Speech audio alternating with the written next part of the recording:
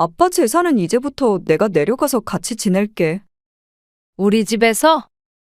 그렇지. 우리 집에서 지낼 수는 없잖아.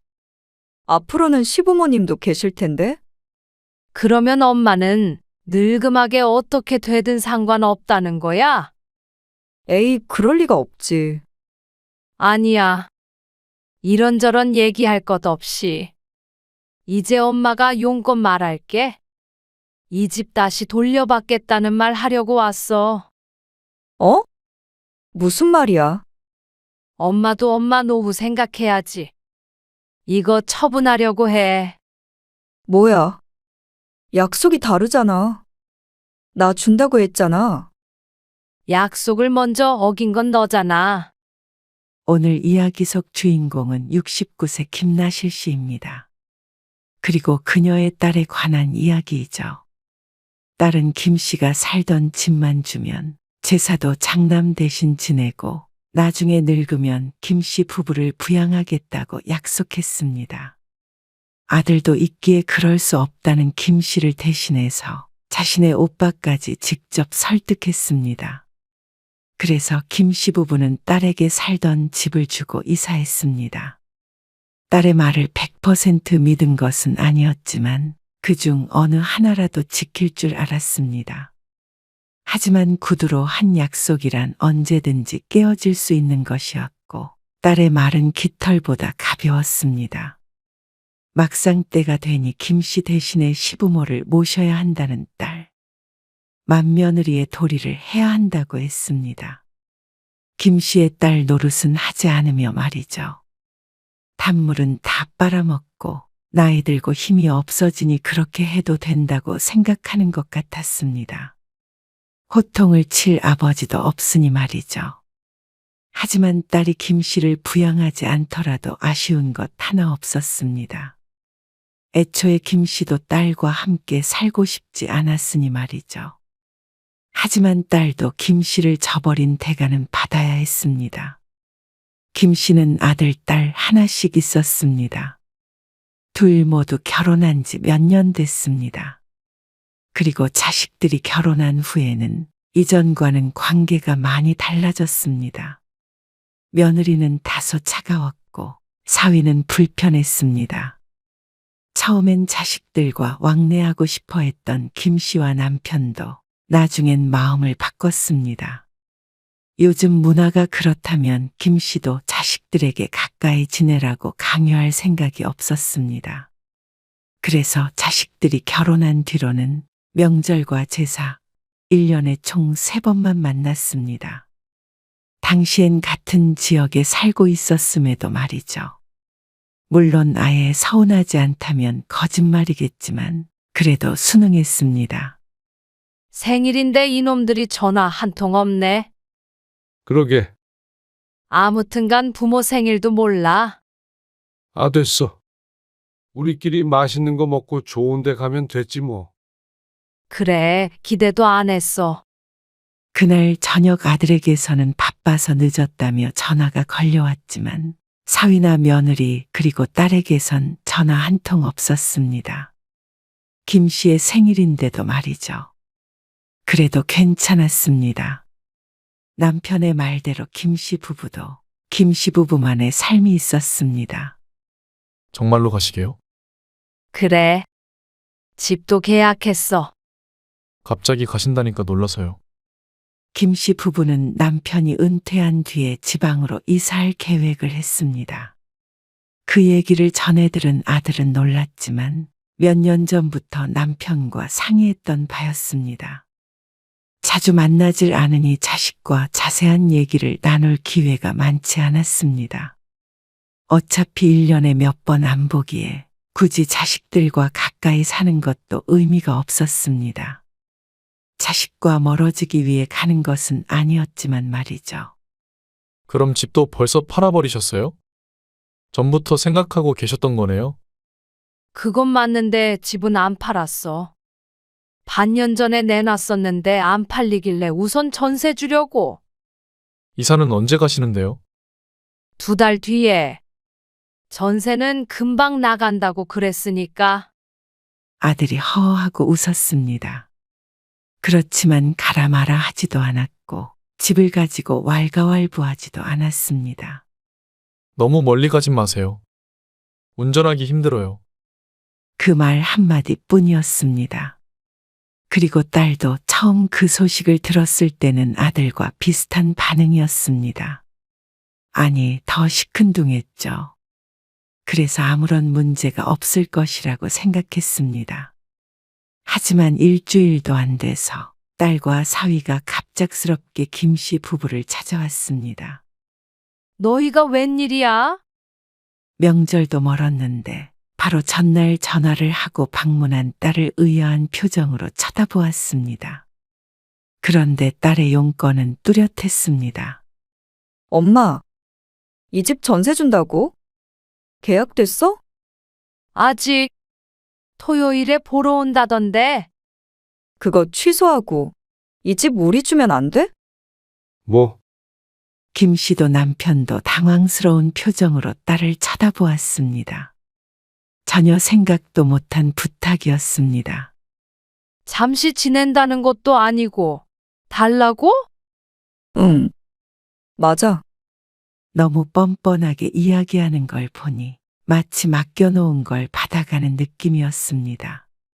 이 집을 어떻게 너희한테 주니? 어차피 이 집도 결국에는 처분할 거잖아.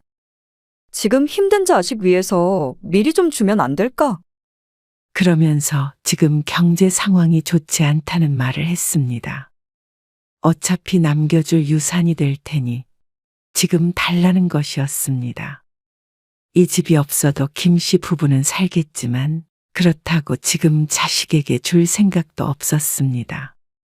그리고 김 씨의 자식은 딸만 있는 것이 아니었습니다. 지금 줄 생각도 없지만 주더라도 오빠는 어떻게 하고 너만 줘? 엄마도 아들, 딸 차별하게? 누가 차별을 해? 나중에 주더라도 절반씩 나눠야지. 한 사람에게 주어서 자식들이 돈 때문에 싸우는 건 정말 보고 싶지 않았습니다. 그 말에 딸이 시무룩해했습니다. 사위도 실망한 눈치였는데 김 씨가 집을 줘야 하는 이유가 없다는 사실을 자신들도 아는 것 같았습니다. 그러면 혹시라도 오빠가 된다고 하면? 너 혼자 이 집 받는 걸? 응. 만약 오빠가 이 집 내가 받아도 좋다고 하면 지금 줄 수 있어? 이 집이 아무리 그래도 4, 5억은 나갈 것인데 아들이 흔쾌히 그러자고 할 리는 없어 보였습니다. 결혼할 때 똑같이 전세 자금을 보태주었지만 아들 내외는 2년 만에 집을 사서 이사했습니다. 아들과 며느리는 딸내 부부보다 직장이 좋았습니다. 그리고 아들의 처가도 풍족한 편이었고 말이죠. 그래서 딸은 오빠가 자신에게 재산을 양보해야 한다고 생각하는 것 같기도 했습니다. 물론 딸도 먹고 살만은 했는데 아무래도 더 욕심이 나는 것 같았습니다. 만약에 중현이가 그러겠다고 하면 다시 얘기해. 남편이 딸에게 말했습니다. 정말이지? 딸은 눈을 빛냈습니다. 그리고 딸이 돌아간 뒤 이틀 만에 다시 연락이 왔습니다. 오빠가 그렇게 하래. 뭐, 그럴 리가 있나? 아들이 그렇게 물은 성격이 아닌데 이상했습니다. 김 씨의 남편이 믿지 않는 눈치이자 딸이 말했습니다. 대신 내가 나중에 제사 지내기로 했어. 지금은 김 씨의 시부모님 제사를 김 씨가 1년에 한 번 지내고 있었습니다. 그런데 김 씨 부부가 죽은 뒤의 제사에 대해서는 생각해 본 적이 없었습니다. 오빠랑 새언니는 제사 절대 안 지내기로 했고. 그리고 나중에 엄마 아빠 모시는 것도 다 내가 하기로 했고. 그러니까 통상적으로 장남이 하는 일을 전부 딸이 하겠다는 말이었습니다. 제사도 나중에 김 씨 부부를 부양하는 문제도 김 씨 부부는 어떻게 하겠다는 소리를 한 적이 없었는데 딸과 아들이 의논을 이미 끝마친 듯 했습니다. 그니까 내가 엄마 아빠 모시고 살다가 나중에 제사도 지내면 되잖아. 그러면 그 정도 집은 줘도 되는 거 아니야? 그리고 무엇보다 오빠도 좋다고 했고. 아들은 모든 의무를 딸에게 맡기고 대신 최소 2억을 포기한 것이나 마찬가지였습니다. 둘이 그렇게 합의를 했다면 별 수 없지만 그렇다고 해도 지금 집을 줄 이유가 있나 싶었습니다.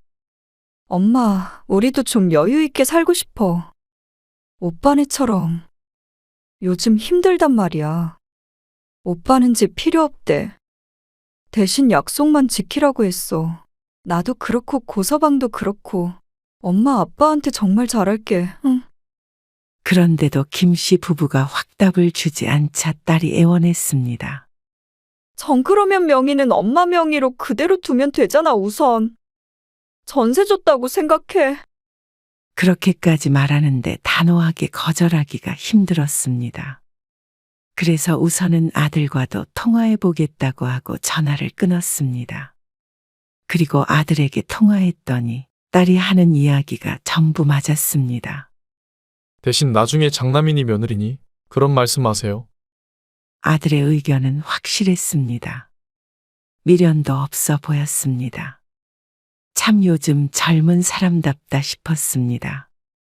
받지도 않고 의무도 안 하는 것이 요즘 사람들이라는 소리는 익히 들었는데 그게 김 씨의 아들 며느리 이야기였습니다. 아들이 좀 괘씸하기도 했고 딸도 그렇게 어렵다고 하니 마음이 기울었습니다. 나중에 우리 데리고 살 각오까지 했다는데 뭐. 아나는 같이 살기 싫어? 나도 같이는 안 살지. 근데 제사도 모시고 부양도 하겠다잖아. 하지만 남편은 맞득자는 기색이었습니다. 또 여진이 말대로 우선 내 명의로 가지고 있으면 되지. 그러면 언제든지 물을 거야. 마음에 안 차면 여진이도 잘하겠지. 그렇게 김 씨가 남편을 설득했습니다. 그리고 딸에게 집에 들어와서 살라고 하자 무척 기뻐했습니다.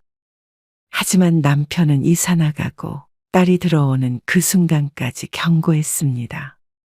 언제든지 다시 찾아올 수 있다고 말이죠. 물론 딸은 그런 말은 귀에 들어오지 않는 듯 보였습니다. 그리고 김 씨 부부는 이사를 했습니다. 1시간 반 거리니까 아주 먼 곳은 아니지만 살던 경기도보다는 한적한 지방 도시였습니다. 엄마, 언제 올라와? 글쎄, 네 아빠가 운전하기 힘들다고 나중에 가자던데. 그래도 우리 리모델링한 것도 구경하러 안 와? 아빠한테 말해서 한번 갈게. 딸은 집을 받은 이후 생전 처음 김 씨 부부를 초대를 했습니다. 처음엔 빈말인 줄 알았지만 재차 전화해서 묻는 통에 김 씨도 남편을 설득해서 딸에게 갔습니다. 우리 집 어때? 잘해놓고 사네. 전세금 뺀 돈으로 리모델링을 했다고 그러더니 새집 같았습니다. 딸과 사위는 얼굴이 환해졌습니다. 기분 탓인지는 몰라도 무척 여유가 넘쳐 보였죠. 엄마 아빠 오니까 특별히 신경 많이 썼어. 그리고 딸에게 처음으로 밥상을 받아봤습니다. 네가 했어? 그럼 내가 하지. 알아서 잘 사는 줄은 알았지만 그래도 결혼을 하니 요리도 하고 사는 것이 신기했습니다. 그런데 사위가 식사 도중에 김 씨에게 말했습니다. 장모님, 장인어른. 두 분에서 여행 한번 다녀오세요. 장인어른 곧 생신이시잖아요. 여행을 가라고. 생일이라고 전화도 안 하던 사위가 왜 갑자기 여행을 보내주는지 의문이었습니다. 네. 그동안 저희가 너무 무심했던 것 같아요. 저도 하나밖에 없는 사위인데. 사위가 멋쩍은 미소를 지으며 말했습니다. 그리고 김 씨가 어안이 벙벙해 있는데 딸이 말했죠. 우리가 경비는 될 테니까. 좋은 데 다녀와. 그래? 그럼 사양 안 할게. 사양을 왜 해? 사위가 보내주는 건데. 그러자 사위도 옆에서 너털 웃음을 지었습니다. 늘 불편했던 사위가 저렇게 소탈하게 웃는 것은 처음 보았습니다. 우리는 내려가 볼게. 벌써? 점심을 같이 먹고 저녁 시간에 가까워오자 김 씨 부부는 자리에서 일어났습니다. 이제 가봐야지. 주차장까지 모셔다 드릴게요. 딸과 사위도 같이 일어났습니다.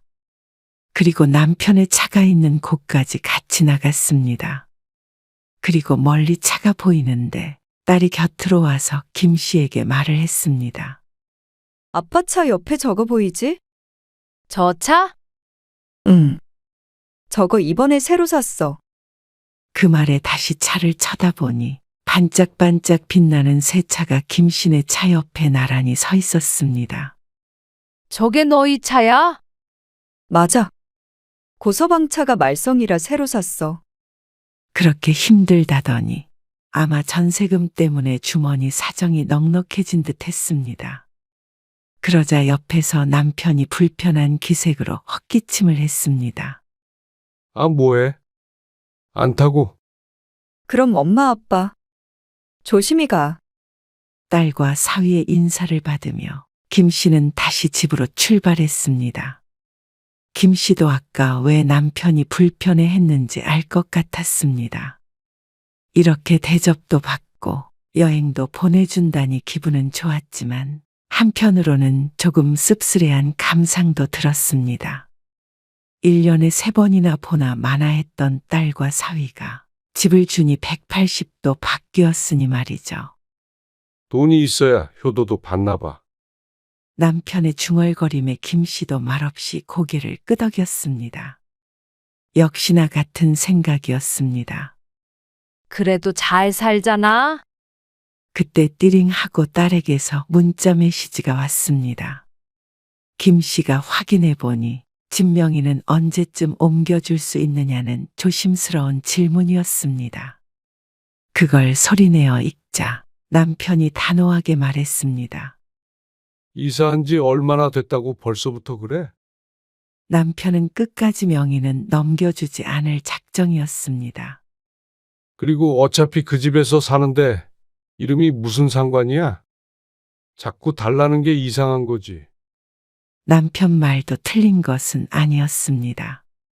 딸에게 남편의 말을 전하자 딸도 더는 대꾸 없이 수긍했습니다.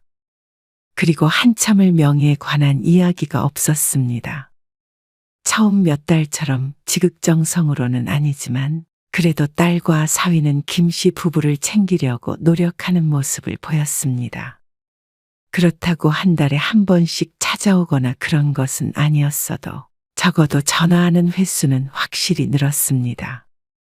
특히나 생일이나 기념일 같은 것은 어디에 표시를 해두었는지 까먹지 않고 연락했죠.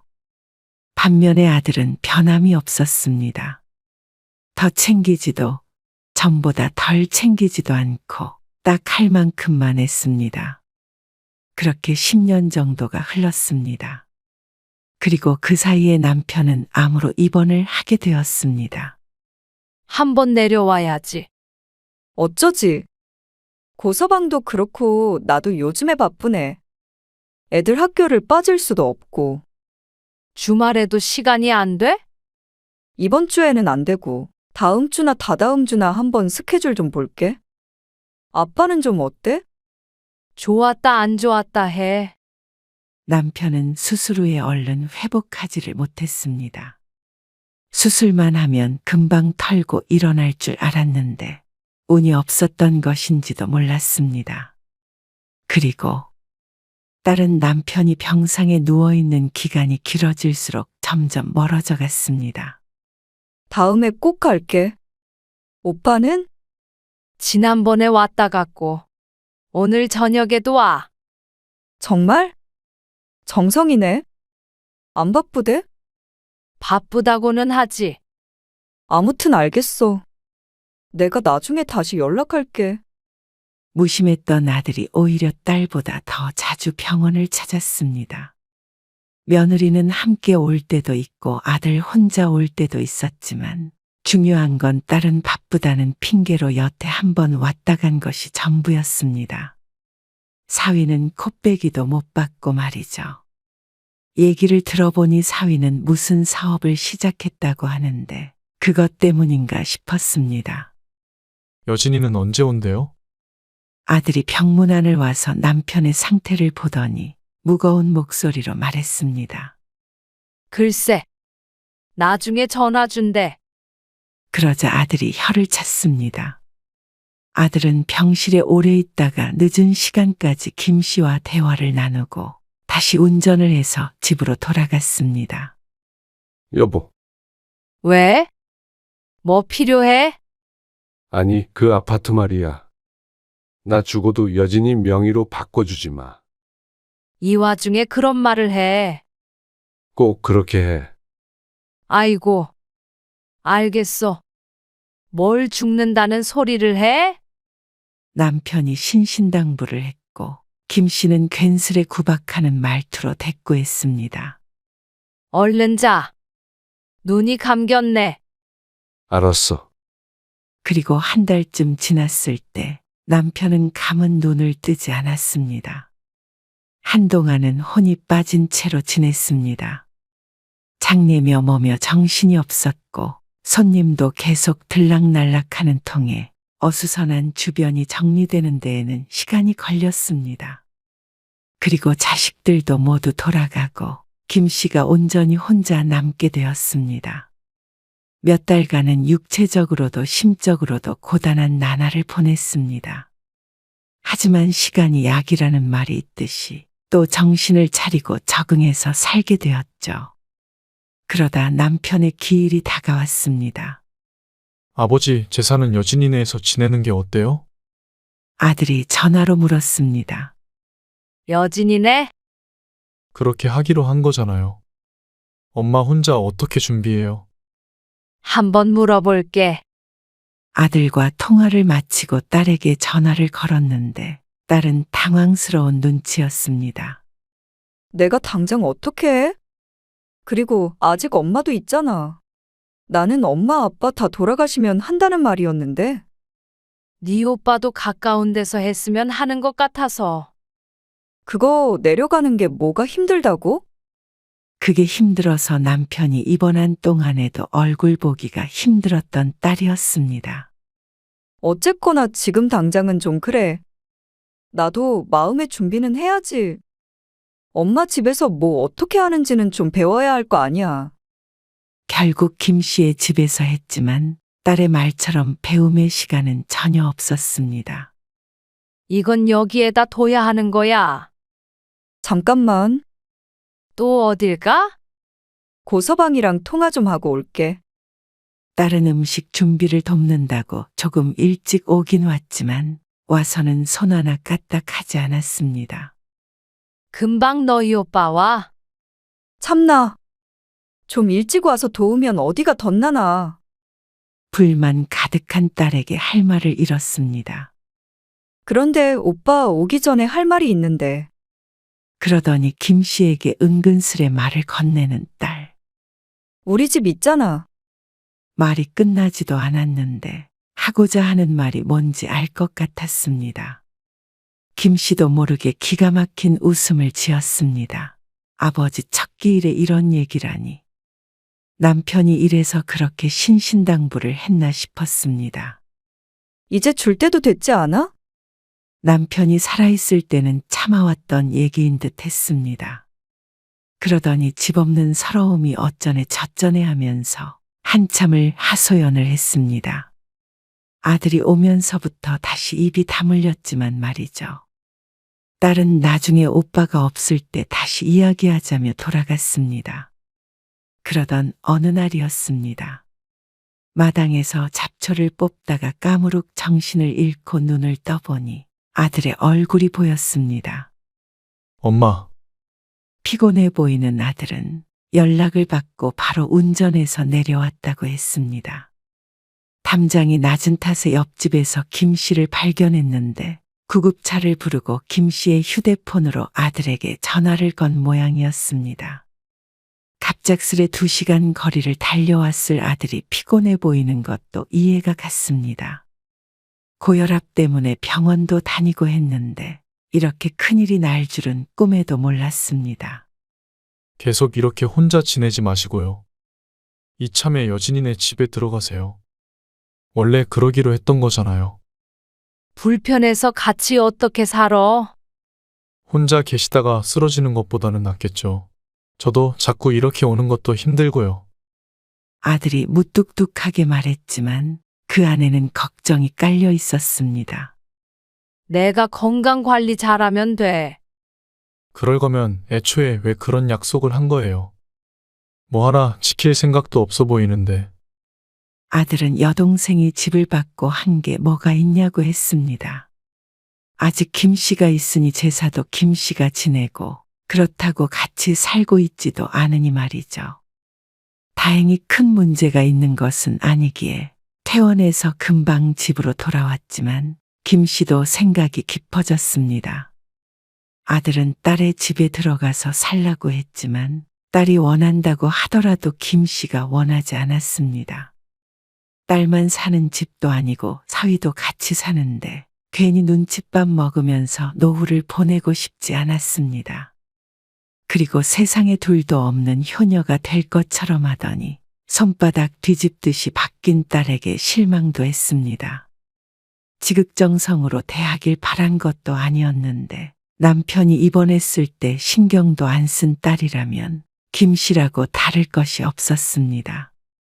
그래서 며칠 고민한 끝에 결론을 냈습니다. 그 집을 다시 돌려받기로 말이죠. 이미 10년간 공짜로 살았고 사위도 무슨 사업까지 한다니 먹고 살기는 괜찮아 보였습니다. 힘든 시절은 갔으니 이 정도면 도와줄 만큼 도와줬다고 생각했습니다. 차라리 그 집을 팔아서 내 노후나 잘 챙기자 싶었습니다. 계속 혼자서 지내려면 무엇보다 필요한 게 돈일 듯 했습니다. 나중에 자식들에게 의탁하지 않고 살아야 했으니 말이죠. 저 터미널 앞에 있어요. 이제 내렸다. 잠깐 기다려. 혈압 때문에 아들의 권유로 큰 병원을 예약했습니다. 원래는 딸이 데리고 가기로 되어 있었지만 시간이 잠시도 나지 않는다고 해서 아들이 마중 나왔죠. 그리고 아들과 김 씨는 병원을 나와서 함께 식사를 했습니다. 진짜 괜찮으시겠어요? 아들이 물었습니다. 표정이 무척 복잡해 보였습니다. 혼자 있는 엄마가 신경은 쓰이고 그렇다고 계속 챙기자니 여동생에게 집을 주면서 아내에게 했던 약속도 있을 것이고 말이죠. 김 씨도 마음이 편치 않았습니다. 딸에게만 집을 줘놓고는 이제 와서 자꾸 아들을 번거롭게 해야 하는 상황이 불편했습니다. 터미널 가는 길이 여진이네 집 가는 방향인데 잠깐 들리실 거예요? 아들이 차에 타며 물었습니다. 김 씨는 고개를 가로저으려다 말고 그러자고 했습니다. 아무래도 올라온 김의 딸에게 제대로 이야기를 해야 할 것 같았습니다. 볼 일이 있다고는 했지만 퇴근 시간이었습니다. 지금 온다고. 딸은 갑작스러운 방문에 잠시 당황한 듯 했지만 자신도 할 말이 있다며 집으로 오라고 했습니다.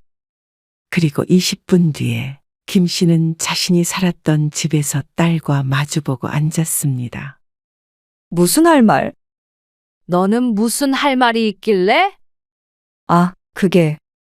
이번에 시부모님을 모시고 살게 될 것 같아. 뭐? 여기서? 그럼 우리 집에서 모셔야지. 사실 지금 시부모님 사시는 집이 경매에 넘어갔거든. 해결이 잘 안 돼서. 결국 집에서 나오셔야 되는 상황인데 어떡해. 내가 맏며느리인데. 우리가 모셔야지. 그게 무슨 말이야 도대체? 그렇다고 집을 사드릴 여력은 안 되니까 어쩔 수가 없었어. 70 넘은 노인들을 길거리에서 지내게 할 수는 없잖아. 자신 앞에 있는 사람도 부모라는 사실을 잊은 모양이었습니다. 그리고 지금 이 아파트의 주인이고 말이죠. 처음부터 안 되는 일이었던 것 같았습니다. 부모를 부양하는 것도 아니고 약속했던 대로 제사를 지내는 것도 아니고 그렇다고 혼자 남은 부모를 제대로 챙기는 것도 아니고 말이죠. 그러면서 맏며느리 노릇을 김 씨의 집으로 하고자 하는 딸이 기가 막혔습니다. 그 눈빛을 읽었는지 딸이 다급하게 말했습니다. 재산은 이제부터 내가 내려가서 같이 지낼게. 우리 집에서? 그렇지. 우리 집에서 지낼 수는 없잖아. 시부모님도 계신데.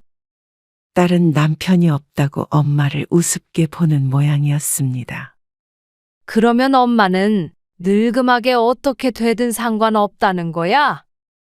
에이, 그럴 리가 없지. 아니야. 이런저런 얘기할 것 없이. 이제 엄마가 용건 말할게. 이 집 다시 돌려받겠다는 말 하려고 왔어. 어? 무슨 말이야? 엄마도 엄마 노후 생각해야지. 이거 처분하려고 해. 뭐야? 약속이 다르잖아. 나 준다고 했잖아. 약속을 먼저 어긴 건 너잖아. 아니, 제사 지낸다니까? 시부모 부양하면서? 됐다. 노후에 돈이 부족하면 말해. 그때 내가 도와주면 되잖아. 도와주긴 뭘 도와줘. 내 돈으로 내가 알아서 잘 살면 되지. 아, 엄마. 너는 그럴 거면서 잘도 이 집을 혼자 갖겠다는 소리를 했니? 네 오빠 보기 민망하지도 않아? 뭐가? 이 집 돈 들여서 리모델링 한 것도 나고, 재산세 내고 있는 것도 나잖아. 그래? 그거는 돌려주면 되는 거야? 진짜 이럴 거야? 나한테 물려준 거잖아. 그러니까 내가 이렇게 말 바꿀 것 같아서 계속 명예 바꿔달라고 했던 거야. 어떻게 한 입으로 두 말을 해? 한 입으로 여러 말 하는 너도 있는데 두 말이라고 못할까? 그렇다고 줬던 걸 뺏어? 나도 리모델링 비용 돌려줄게. 재산세랑 그리고 여태 공짜로 살았던 거 월세 쳐서 계산해 보면 되겠네. 그러자 딸이 입술을 꼭 깨물었습니다. 정말로 딸이 그동안 김 씨를 호구로 봐온 게 맞는 듯 했습니다. 그렇지 않았다면 이런 일을 예상했었어야 맞습니다. 그동안의 행실을 생각해보면 말이죠. 난 못 나가. 나가게 될 거다. 김 씨는 이만 자리에서 일어났습니다. 여기서 딸을 쫓아낼 게 아닌 이상 오늘의 용건은 끝났습니다.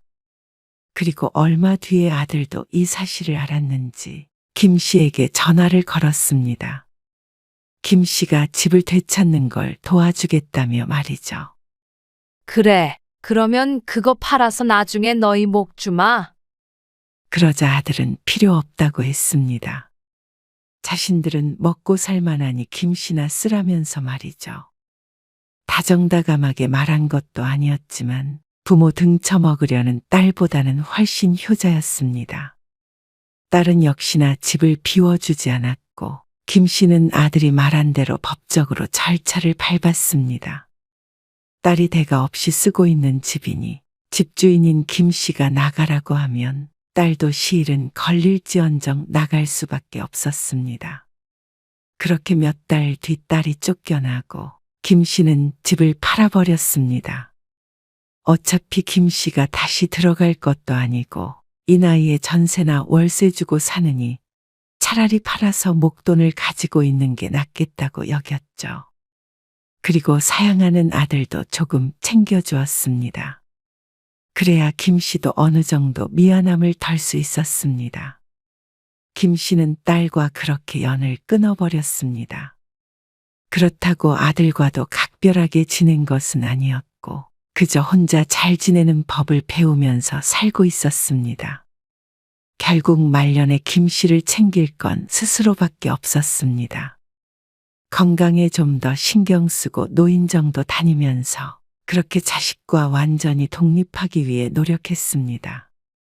명절도 제사도 혼자 조촐하게 지냈고 가끔씩 아들이 찾아오면 밥 한 끼 같이 먹고 말았습니다. 그러니 오히려 더 마음에 평화가 찾아왔죠.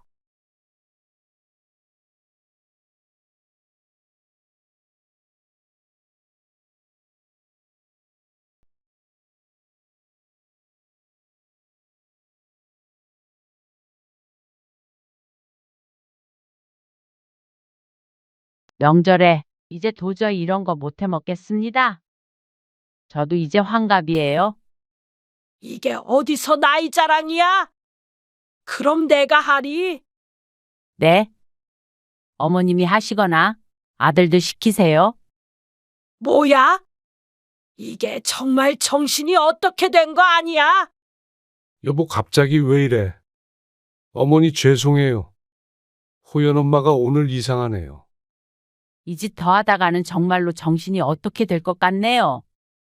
정신 이상한 사람한테 밥하라고 하지 말고 알아서들 해서 드세요. 며느리가 식모야? 당연하지. 며느리는 내가 식모다 생각하고 살아야 하는 거야. 그게 부모 공경인 거야. 네. 그렇게 생각하고 30년 넘게 살았어요. 근데 앞으로는 그럴 자신이 없네요. 부모 공경하다가 제가 먼저 가겠어요. 이런 말본새 봐라. 오늘 이야기 속 주인공은 60세 오선자 씨입니다. 그리고 그녀의 시집에 관한 이야기이죠. 오 씨는 남편과 결혼한 지 30년이 넘었습니다. 그리고 그 긴 세월 동안 시집에 시달렸습니다. 그리고 그건 현재 진행형이었죠. 제발 이 지긋지긋한 명절 문화를 그만 없애고 싶었습니다.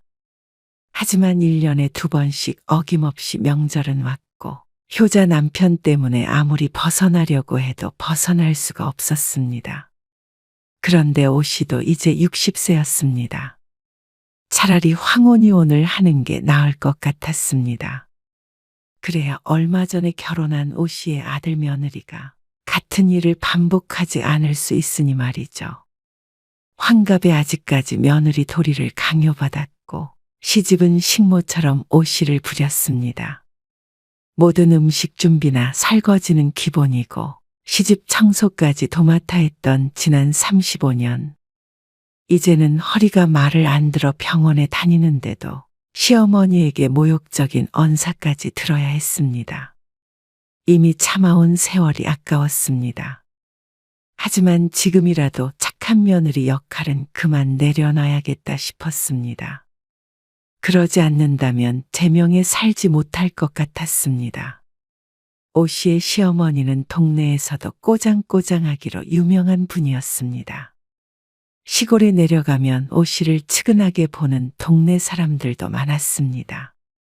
시부모가 며느리를 부리는 게 당연했던 그 시절에도 무척 심했죠.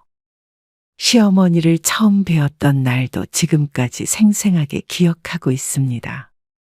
가족들이 다 모인 와중에 큰 동서를 구박하고 부려먹는 모습을 보고 무척 놀랐죠.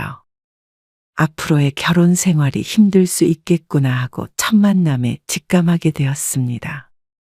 하지만 당시엔 남편만 보고 결혼을 했는데 60이 되니 그때 그 선택 자체가 잘못되었다는 생각까지 들었습니다. 그런데 그런 시어머니보다 더했던 것이 시아버지였습니다. 돌아가신 지는 10년이 됐지만 시아버지 덕에 오 씨는 남들이 상상할 수 없을 만큼 시집살이를 톡톡히 해야 했습니다. 가까이 사는 것도 아니었는데 말이죠. 남편은 중간 역할을 제대로 하지 못했는데 만약에 제대로 했다면 이미 오 씨는 시집과는 연을 끊었을 것입니다. 그런데 오 씨의 남편은 부모님과 등지고는 살 수가 없는 사람이었습니다. 그리고 그건 남편의 형님도 마찬가지였습니다. 오 씨의 남편은 둘째 아들이었습니다. 여동생이 있었지만 어릴 적에 세상을 떴다고 들었습니다. 그런데 시어머니는 자식을 잃은 그늘이 없었습니다. 어쩌다가 그 이야기가 나와도 눈물 한 방울 나지 않았습니다. 애초에 여자는 사람으로 보지 않는 분이라 그렇다고 내심 생각해왔습니다. 그 속까진 알 수 없지만 그런 생각까지 하게 만드는 분이었습니다. 그러니 큰동서가 5년 전에 암 진단을 받았을 때도 동네 사람들이 시어머니 때문에 걸린 것이라고 수근거렸을 정도였습니다. 그 소문을 시어머니 본인만 몰랐죠. 그리고 큰동서는 3년 전에 세상을 떠났습니다. 자식이 없어서 평생 구박만 받으면서 살다가 60대 젊은 나이에 세상을 등져서 오씨도 한참을 울었습니다. 남편과 마찬가지로 시숙도 똑같이 효자병을 앓고 있어 평생 안에 얼굴에 근심이 어리게 만들었습니다. 애미야, 호연이 결혼한다며? 아, 네. 이번에 그렇게 말하더라고요. 어느 날 걸려온 시어머니의 전화. 오씨의 말에 시어머니는 대뜸 호통을 쳤습니다. 근데 왜 내려온다는 소식이 없어? 아, 시골에요. 그래? 하나밖에 없는 손자가 결혼하는데 괜찮은 처자인가 내가 봐야 될 거 아니야? 이런 건 내가 전화를 안 하더라도 알아서 해야 하는 거 아니냐? 아무튼간 하나부터 10까지 일러줘야 해. 아니에요. 애들 데리고 한번 내려가려고 했어요. 이번 주에 와라. 아, 한번 호연이한테 물어볼게요. 물어보긴 뭘 물어봐? 주말에는 회사에 안 갈 거 아니야? 그래도 일이 있을지 모르니까요. 잔말 말고 오라 그래. 안 그럼 결혼이고 뭐고 못할 줄 알아. 그리고서는 전화는 일방적으로 끊어졌습니다. 이제는 놀랍지도 않았습니다. 아주 익숙한 일이었으니 말이죠. 고개를 절레절레 젓고 있는데 옆에서 통화를 들은 남편이 얼른 아들에게 전화를 걸더니 주말에 시간을 비우라고 통보했습니다. 저렇게 말 잘 듣는 아들이 있으니 그 오랜 세월 시어머니가 며느리들을 못 살게 굴 수가 있었습니다. 아들은 이번 주에는 안 된다고 말하는 듯 했지만 남편이 할머니가 부르신다고 일축했습니다. 할머니 이야기가 나오자 아들도 어쩔 수가 없었습니다. 애들 바쁘면 나중에 내려가도 되잖아. 결혼 한참 남았는데. 그래도 어머니 서운하시잖아. 그 주에 오씨 부부는 아들 그리고 예비 며느리까지 함께 시골로 내려갔습니다. 그리고 불안했던 일은 현실이 되었죠. 결혼도 하기 전인 예비 며느리를 이리저리 부려먹는 통에 며느리 얼굴이 내내 하얗게 질려 있었습니다. 다시는 안 내려갈 거예요. 아들은 서울로 올라오는 길에 굳은 표정으로 오씨에게 이야기했습니다. 오씨도 어떤 심정인지 충분히 이해했습니다. 예비 며느리가 결혼을 번복한다고 하더라도 할 말이 없었습니다. 하지만 아들이 자신의 남편과 같지 않아서 그건 다행이라고 생각했죠. 그래서 그런지 아들과 며느리는 결국 결혼을 했습니다. 그리고 다행히 얼마 안 있어 바로 임신하는 바람에 시골에 가지 않아도 될 좋은 핑계거리가 생겼습니다. 물론 오씨의 시어머니는 손주 며느리가 코빼기도 안 비춘다며 노발대발했지만 뱃속에 있는 증손주가 잘못될 수도 있다는 말에 꾹 참을 수밖에 없었습니다. 물론 오씨가 과장을 좀 보태긴 한 것이었습니다. 그리고 또 명절은 점점 다가왔습니다. 여보, 나 허리가 너무 안 좋은데 이번 명절은 집에서 좀 쉬면 안 되나? 오씨가 남편에게 은근스레 물었습니다.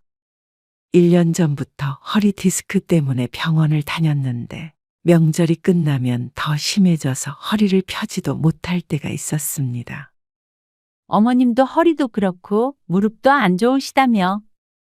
일주일에 적어도 5번씩은 전화가 오는데 그럴 때마다 어디가 아프다 하는 게 주된 내용이었습니다. 아, 그게 말이 돼? 그런데 역시나 남편의 반응이 좋지 않았습니다. 명절에 어떻게 안 내려가? 어머니 허리가 안 좋으니까 더욱더 우리가 내려가서 좀 봐드려야지.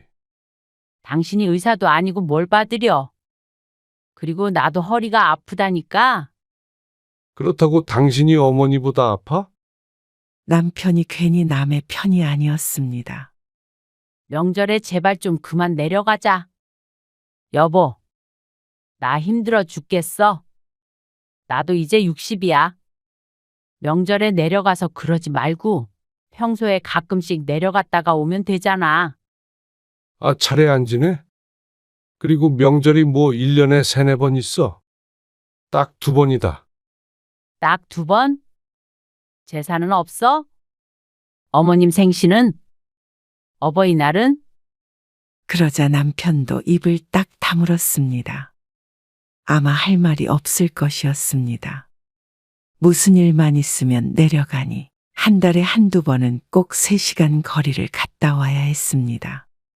큰동서 장례 후에 시숙이 함께 살고 있는데도 남편은 자기가 챙기지 못해 안달이었습니다. 그러면 어떡하냐? 형수님도 안 계신데. 당신이 있어야 할 거 아니야. 결국엔 일할 사람이 있어야 한다는 말이었습니다. 그러니 죽어도 혼자는 내려가지 않았죠.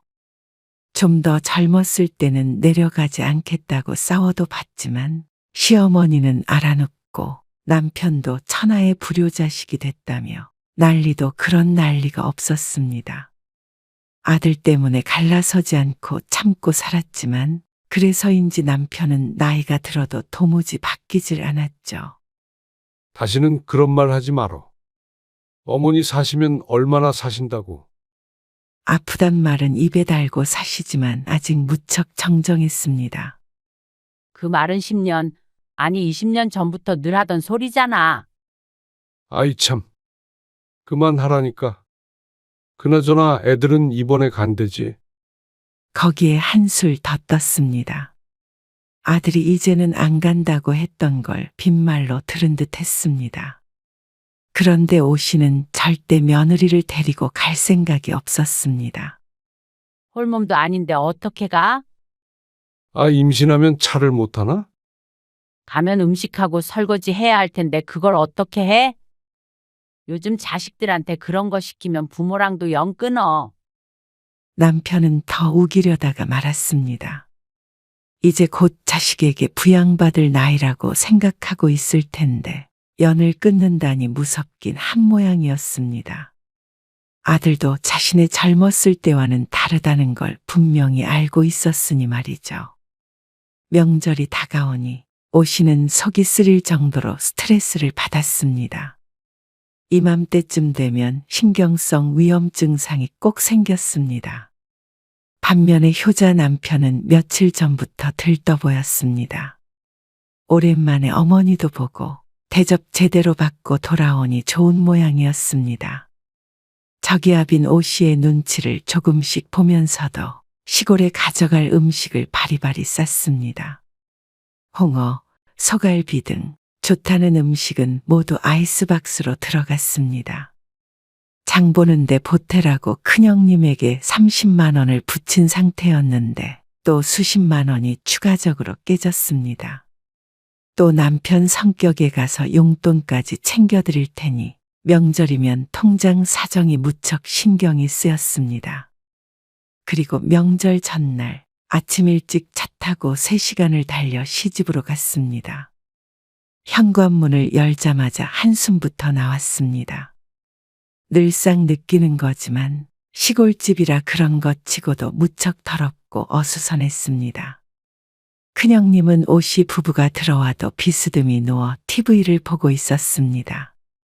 애미야, 진짜로 안 왔냐, 호연이?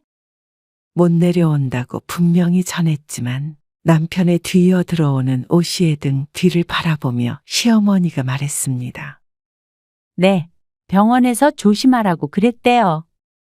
분명히 왔다가는 편히 앉아 있을 리 없었습니다. 오 씨가 임신했을 때는 김장할 때도 와서 150포기를 담갔고 명절엔 그 많은 설거지도 하고 마당에 있는 솥단지까지 혼자 닦아야 했습니다. 하지만 명절에 자식이 안 오면 하늘이 무너지는 줄 아는 시어머니는 여전히 납득하지 못하는 듯 했습니다. 애미 너는 며느리 교육을 도대체 어떻게 시키길래? 결혼한 지 얼마 되지도 않았는데 안 내려와? 단단히 잡아야지. 아무튼 요즘 젊은 것들은 못 쓴다니까. 그러면서 혀를 찾고 한참을 기분 나쁜 말들을 쏟아냈습니다. 오 씨는 자신의 며느리를 흉보는 시어머니 때문에 표정 관리가 힘들었지만 남편은 아무 생각이 없어 보였습니다. 다음에는 꼭 데리고 올게요. 아, 참, 어머니?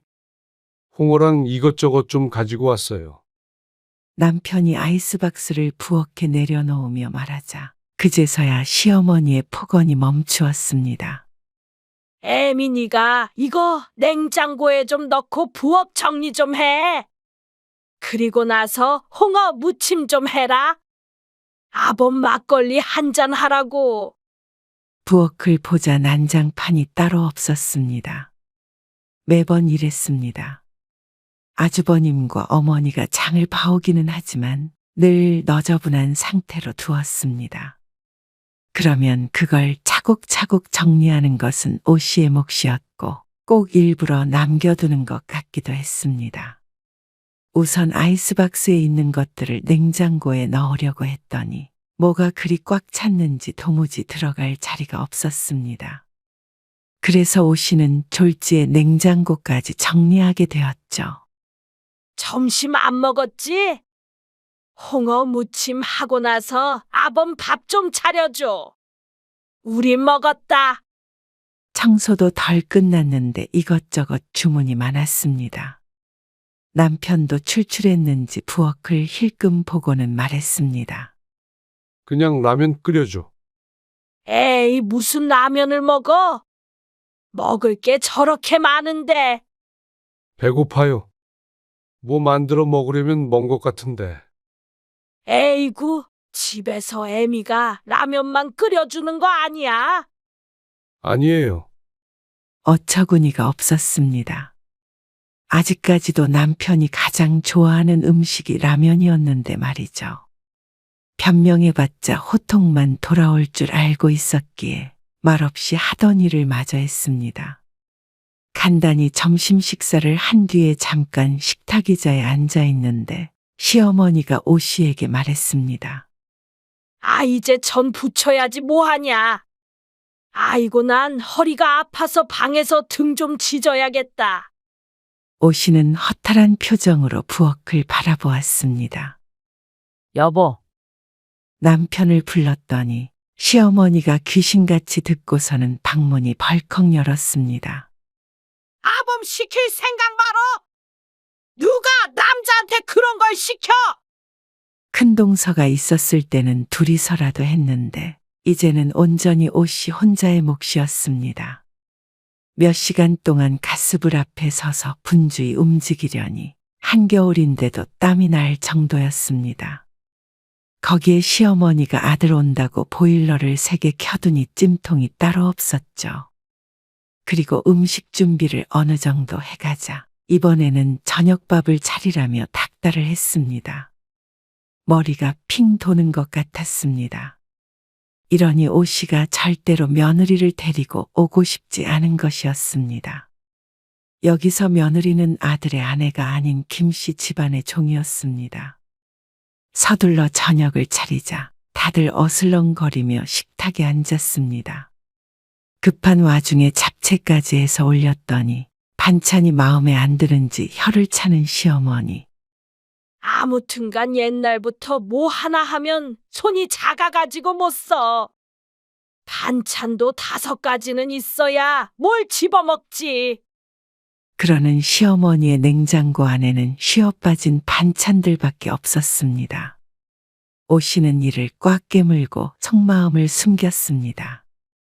너 아범 밥은 제대로 차려주냐? 2년 전 은퇴한 남편은 집에서 삼시세끼 아주 잘 얻어먹고 있었습니다. 잘 해주고 있어요. 더 신경 좀 써라. 저게 뭐냐? 볼 때마다 점점 말라. 당 때문에 군것질 안 해서 그래요. 아무튼 따박따박 말대꾸는. 한 번 말하면 내 하는 법이 없어. 나이 먹고 이런 소리를 들어야 하는지 몰랐습니다. 그러나 이 자리에 오 씨의 편은 아무도 없었습니다. 저녁 먹은 설거지까지 하고 작은 방에 누우니 벌써부터 삭신이 쑤셨습니다. 아직 차례는 지내지도 않았는데 골병이 나는 것 같았습니다. 침대도 없이 바닥에 깔린 얇은 이불 위에 누워있는 게 무척 불편했습니다. 아픈 허리가 반으로 접혀버릴 것만 같았습니다. 누워서 끙끙 앓으니 옆에서 남편이 슬그머니 허리를 두들겼습니다. 식구도 얼마 없는데 왜 그렇게 힘들어해? 입은 그냥 다무는 편이 나았죠. 오씨는 대답도 않고 가만히 눈을 감고 있었습니다. 신혼 초에는 그래도 오씨를 도우려는 신용은 했었는데 남편은 이제 그것마저도 없었습니다. 오씨는 종일 고생해서 그런지 까무룩 잠이 들었습니다. 그런데 우당탕탕 하는 소리에 깜짝 놀라 잠에서 깼습니다. 눈을 제대로 뜨기도 전에 냄비 떨어지는 소리가 요란스럽게 또다시 들려왔습니다. 한숨을 쉬고 몸을 일으켰습니다. 무슨 소리인지 모르지 않았습니다. 시어머니는 늘상 오씨를 깨울 때는 꼭 부엌 식기를 이리저리 옮겨대며 눈치를 줬습니다. 이 소리를 들으면 알아서 일어나라는 것이었습니다. 남편은 누가 업어가도 모를 정도로 깊게 자고 있었죠. 얄미운 마음에 방에서 나가면서 다리를 콱 밟아주었습니다. 억소리를 지르면서도 잠에서 깨지 않는 것이 어처구니가 없었습니다. 시계를 보니 아직 5시도 안 된 시간이었습니다. 벌써 일어나셨어요? 벌써라니? 할 일이 이렇게 많은데 너는 잠이 오냐? 참 태평한 성격 좀 본받고 싶네. 전쟁이 나도 자고 있겠다.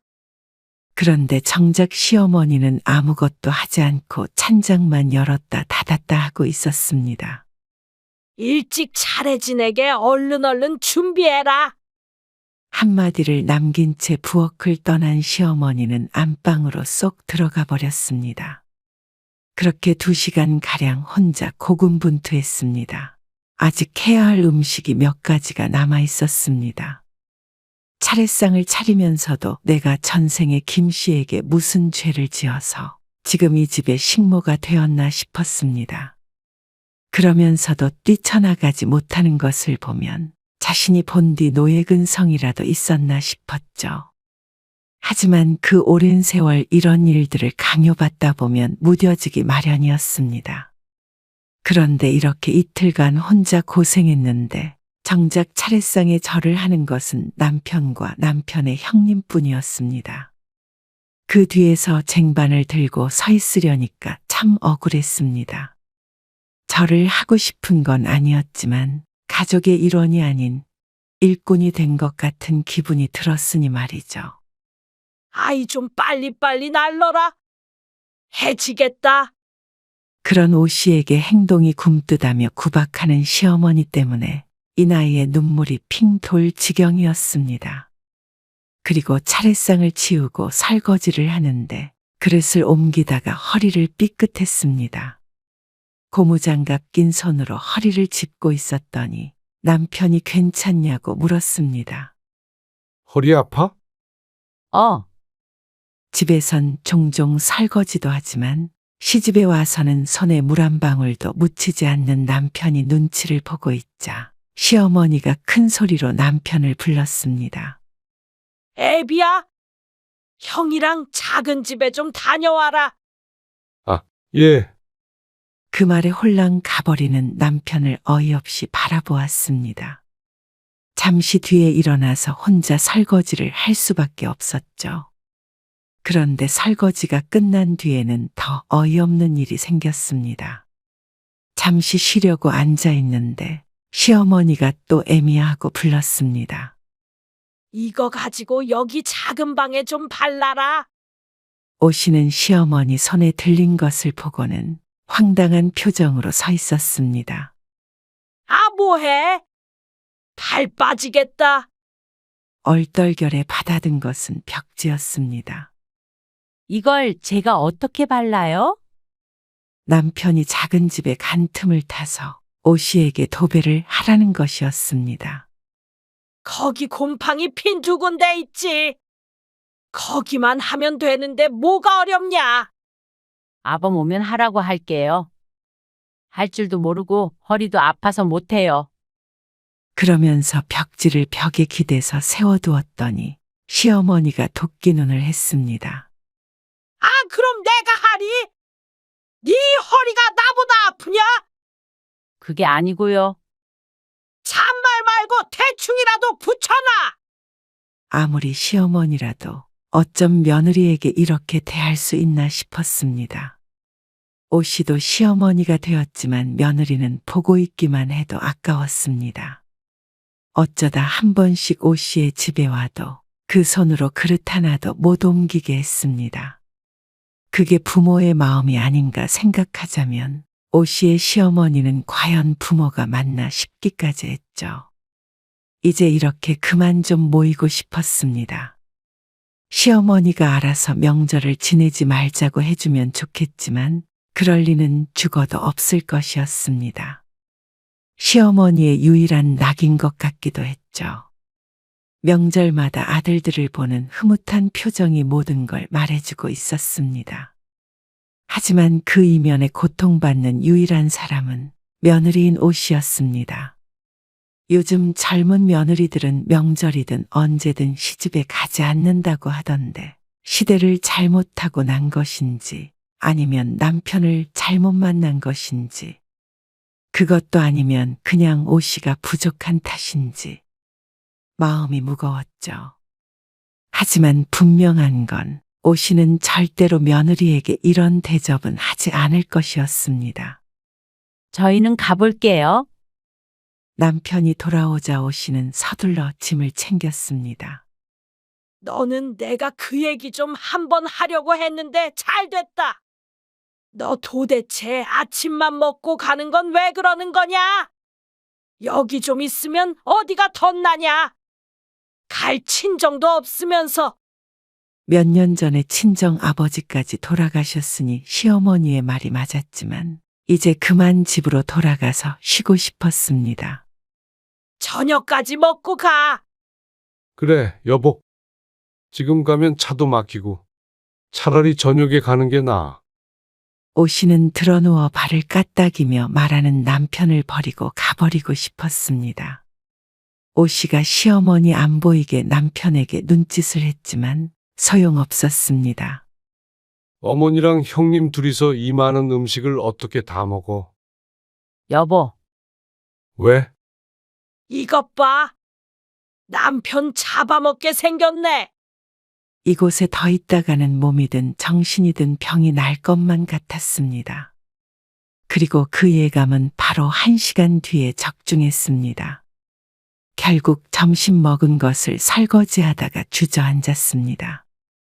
허리를 아파본 사람이라면 그 고통을 알 텐데 시어머니는 그런 오씨에게 꾀병을 부린다며 타박했습니다. 저거 또 저런다. 아까도 그러더니.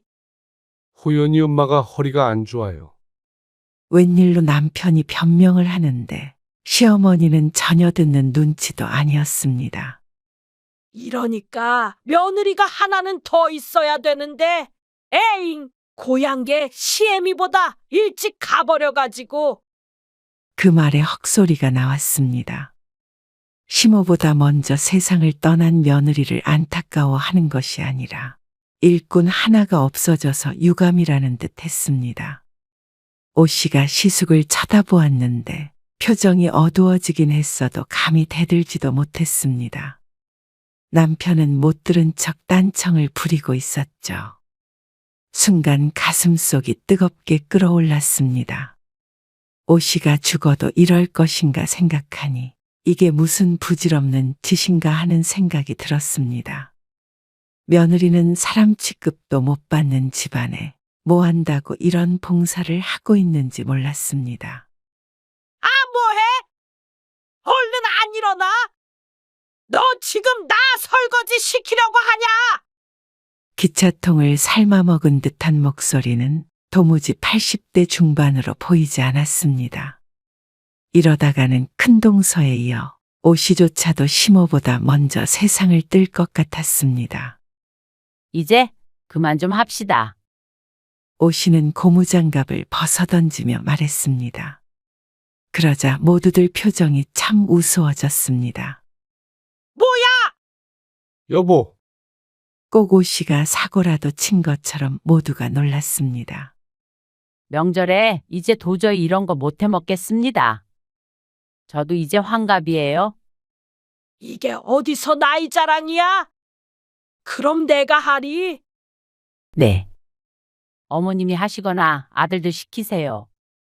뭐야? 이게 정말 정신이 어떻게 된 거 아니야? 여보 갑자기 왜 이래? 죄송해요. 호연 엄마가 오늘따라 이상하네요. 이 짓 더 하다가는 정말로 정신이 어떻게 될 것 같네요. 정신 이상한 사람한테 밥하라고 하지 말고 알아서들 해서 드세요. 며느리가 식모야? 당연하지. 며느리는 내가 식모다 생각하고 살아야 하는 거야. 그게 부모 공경인 거야. 네, 그렇게 생각하고 30년 넘게 살았어요. 근데 앞으로는 그럴 자신이 없네요. 부모 공경하다가 제가 먼저 가겠어요. 이런 말본새 봐라. 제발 명절엔 이제 각자 여행이라도 가자고요. 김씨도 아닌 며느리 잡아두고 일 시키지 말고요. 너 정말 네 시아버지 살아있었으면 작살이 났어. 저 이제 정말 명절에 안 내려와요. 호연이 아빠, 당신은 오든 말든 알아서 해. 참나. 그래, 너 오지 말아라. 손주 며느리 들어왔으니까. 그 말엔 오씨도 눈이 뒤집히는 것 같았습니다. 누구 맘대로 제 며느리 부려먹으려고 그러세요? 걔들도 절대 안 내려올 테니까 그런 줄 아세요? 오씨는 짐도 제대로 챙기지 않았고 외투와 휴대폰, 지갑만 들고는 집을 나와버렸습니다. 남편이 애타게 부르는 소리가 들렸지만 뒤도 돌아보지 않았습니다. 그리고 터미널에서 1시간가량 기다리다가 다행히 버스를 타고 집으로 돌아올 수도 있었죠. 전화는 불이 났습니다. 시어머니 전화를 한 번 받았더니 쏟아지는 폭언에 대답도 없이 끊어버렸습니다. 이 나이에 욕먹고 살 수는 없었습니다. 남편은 시어머니 속을 달래주느라 그랬는지 하루 더 있다가 올라왔습니다. 그러고서는 지친 기색으로 말했습니다. 아니, 당신 어머니가 사시면 앞으로 얼마나 사신다고? 꼭 그렇게 해야 했어? 얼마나 사시냐니. 적어도 나보다는 오래 사실 것 같다. 당신은 내가 형님처럼 먼저 가면 어떻게 하려고 그래? 무슨 말을 그렇게 하냐? 어머니한테 전화드려. 잘못했다고 해라 좀. 집을 이렇게 풍비박산을 내야 속이 시원해. 풍비박산을 내가 냈어? 남편이 한숨을 푹 쉬었는데 오씨를 탓하는 기색이었습니다. 이참에 그럼 우리 집에서 명절 지내. 그러면 애들도 왔다 갔다 하기 안 힘들고 당신이 음식하기도 덜 힘들잖아. 당신 살림이니까. 헛소리를 하는 남편을 기가 막힌 표정으로 쳐다보고 있는데 남편은 눈치 없이 말을 이었습니다. 그리고 당신은 우리 어머니가 딱하지도 않아? 딱하다고? 그러면 당신은 나는 안 딱해? 당신이 가장 위해야 하는 사람은 아내인 나랑 당신 아들 며느리야. 어머니는 아주버니 보고 챙기라고 해. 전부터 큰아들 노래를 부르셨잖아. 진짜 너무한 거 아니야? 내가 이 정도로 부탁했으면 좀 들어줘야지. 이러다가 어머니 돌아가시면 얼마나 후회하려고 그래. 그러다가 벌 받어. 당신은 그러면 우리 아버지 돌아가셨을 때 후회됐어? 평생 우리 아버지한테 전화 한 통 제대로 한 적 없었잖아. 후회해? 그러자 할 말을 잃었는지 대답이 없었습니다. 당신 어머니한테 효도를 하고 싶으면 직접 해. 나는 지난 35년 동안 했던 걸로 충분했고 이 정도면 죽어도 천국 가. 아, 당신 나랑 갈라서고 싶어? 그 말이 무서울 시절은 이미 지났습니다. 그래. 차라리 이혼을 하자. 그리고 당신도 아주버니처럼 어머니 곁에서 평생 효도하면서 살아. 그러자 또다시 입을 다무는 남편. 이제 와서 이혼할 용기가 없는 건 오 씨가 아니라 남편이었습니다. 그리고 나서 며칠을 말도 안 하고 토라져 있는 남편을 보고 오 씨는 콧방귀도 안 뀌었습니다. 그리고 한 달도 되지 않아서 시아버지 제사가 있었는데 오 씨는 내려가지 않았습니다. 남편은 같이 가자고 애원을 하더니 오 씨가 꿈쩍도 하지 않자 별 수 없이 혼자 갔습니다. 그러니까 아주 난리가 난 듯 했습니다. 시어머니, 남편이 번갈아 가면서 전화를 걸길래 전화를 꺼버렸습니다. 배터리만 아까워서 말이죠. 그리고 다음날 돌아온 남편은 웃긴 이야기를 전했습니다. 제사상이 얼마나 횡하던지 어머니 통곡하셨어. 황태포와 과일 몇 가지, 시장에서 사온 나물 3가지만 제사상에 올라갔다고 했습니다. 며느리가 없으니 제사조차도 제대로 지내지 않는 것에 기가 찼습니다. 이러면 다음 제사나 명절은 아예 없어질지도 모르겠다고 생각했습니다. 오 씨가 심각한 기색도 없이 피식 웃자 남편이 사나운 표정을 지었습니다. 왜? 당신이 하지 그래. 별거 아니잖아. 그걸 우리가 어떻게 해? 어머니는 허리 아프시고 나는 그걸 평생 했어. 눈이 오나 비가 오나. 허리가 아파도 몸살로 딱 죽을 것 같을 때도. 당신, 그리고 당신 어머니나 아주버니도 그러는 거 아니야. 나랑 돌아가신 형님한테도 평생 사죄하면서 살아야 해, 알아? 시킨다고 했던 오 씨도 바보였지만 그게 다 당신 탓이야. 그리고 오 씨는 다시는 시골에 내려가지 않았습니다. 시어머니 전화는 차단했습니다.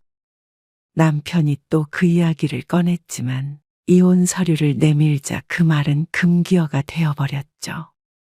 어머님, 저희 언제 가면 될까요? 그리고 1년 뒤 손주를 낳은 며느리가 명절에 오 씨의 집에 오겠다고 했습니다. 뭘 와? 명절이니까요. 아니, 오지 말어. 이제 여행 다닐 거야. 너도 호연이랑 같이 여행이나 가던가 해.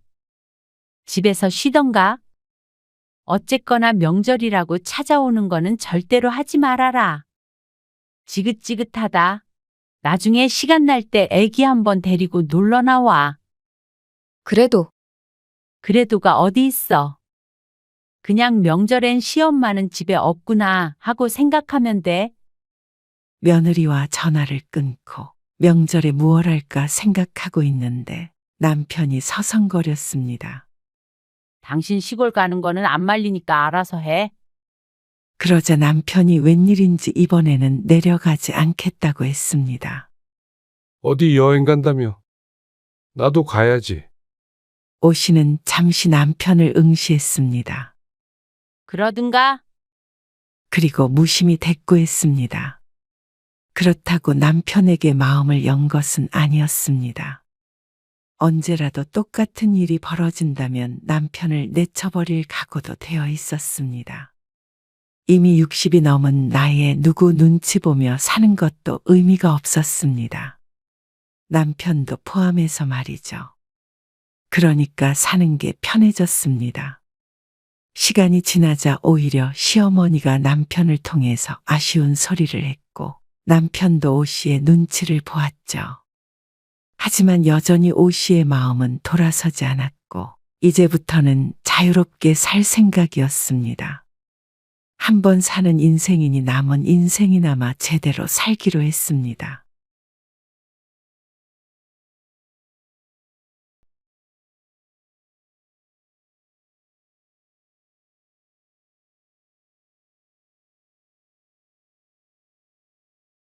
아니, 월급 100만 원 정도만 올려달라고 그런 건데 왜 이렇게까지 하세요?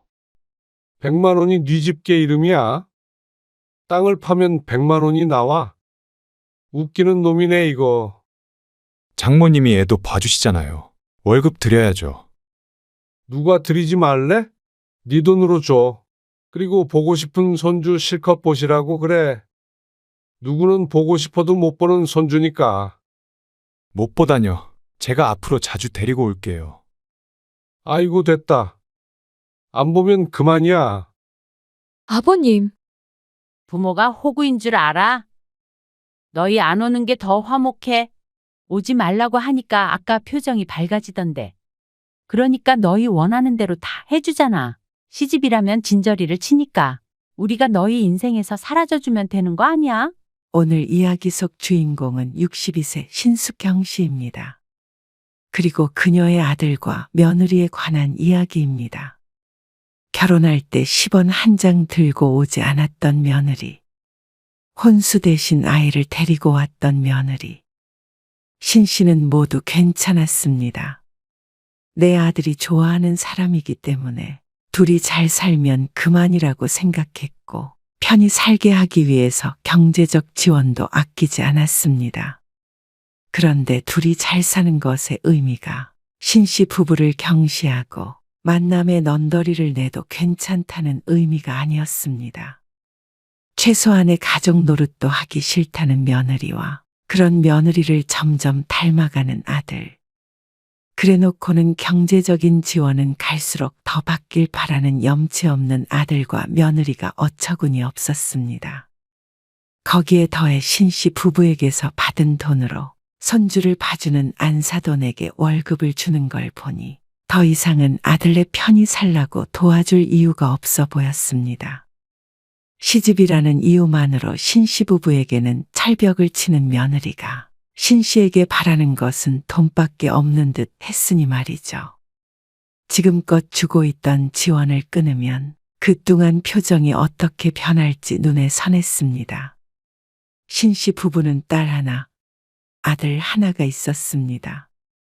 남편이 하던 사업이 잘 되어 사실 신씨 가족은 꽤나 풍족하게 살았습니다.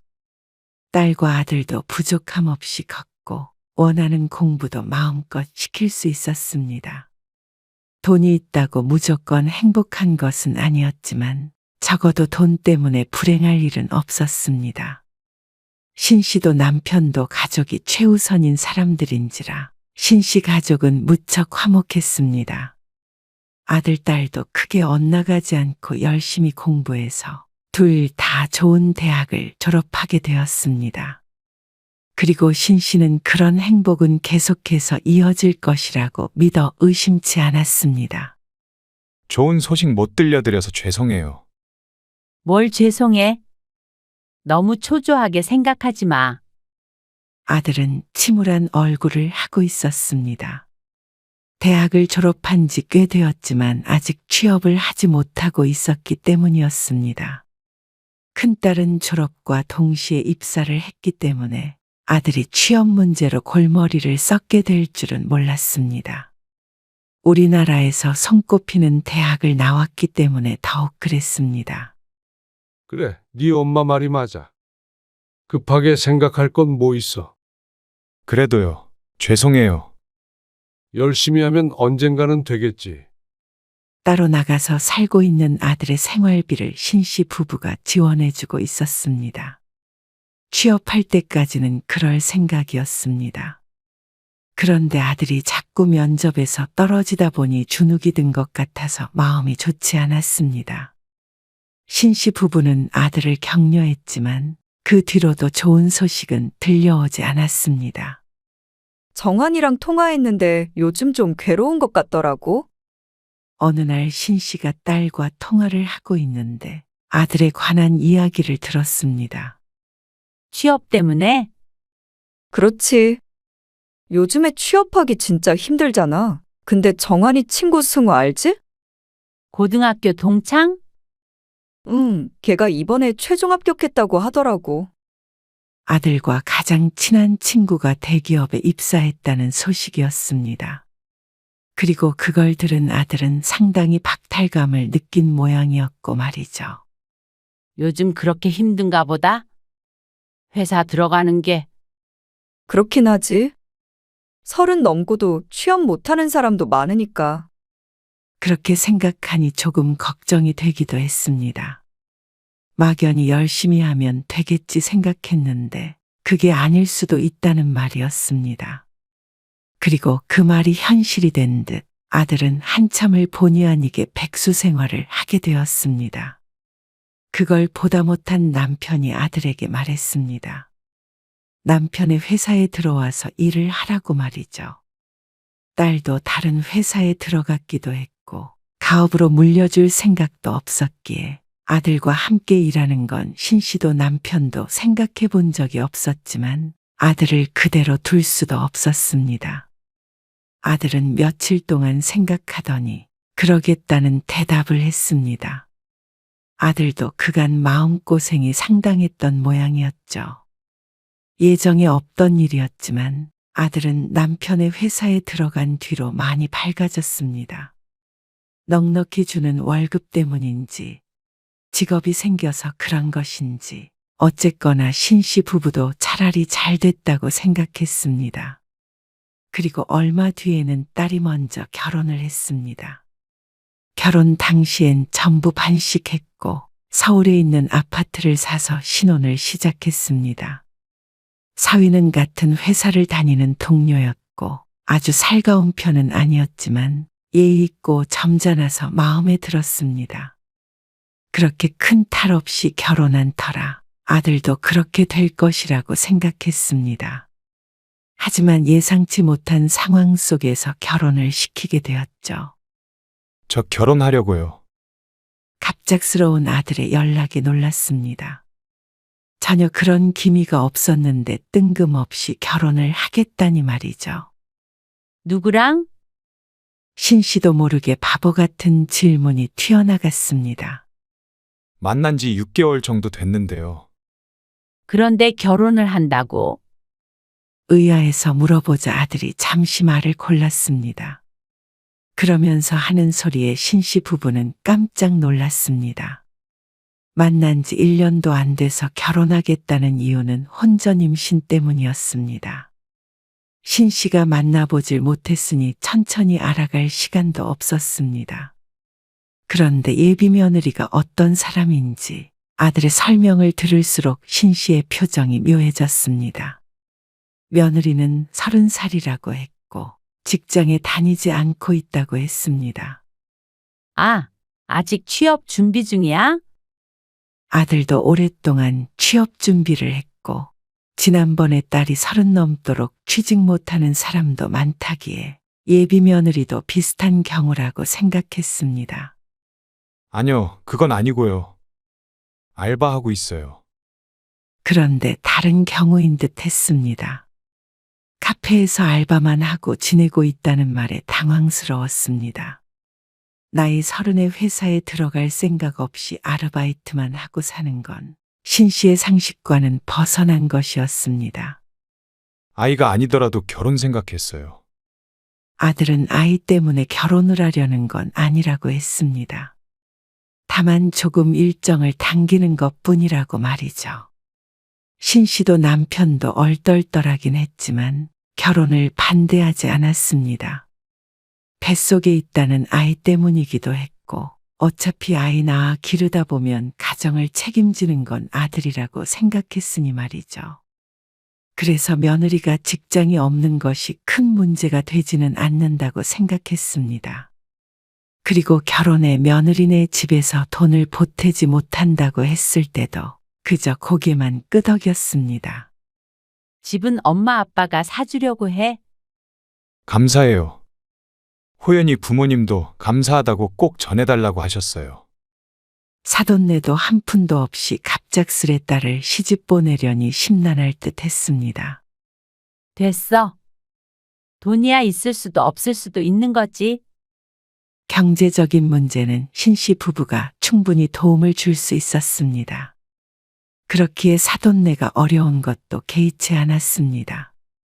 아들도 돈을 벌기 시작한 지 몇 년 되지 않았고 사돈의 지원도 없었기에 신씨는 경기도에 있는 아파트 한 채를 사주었습니다.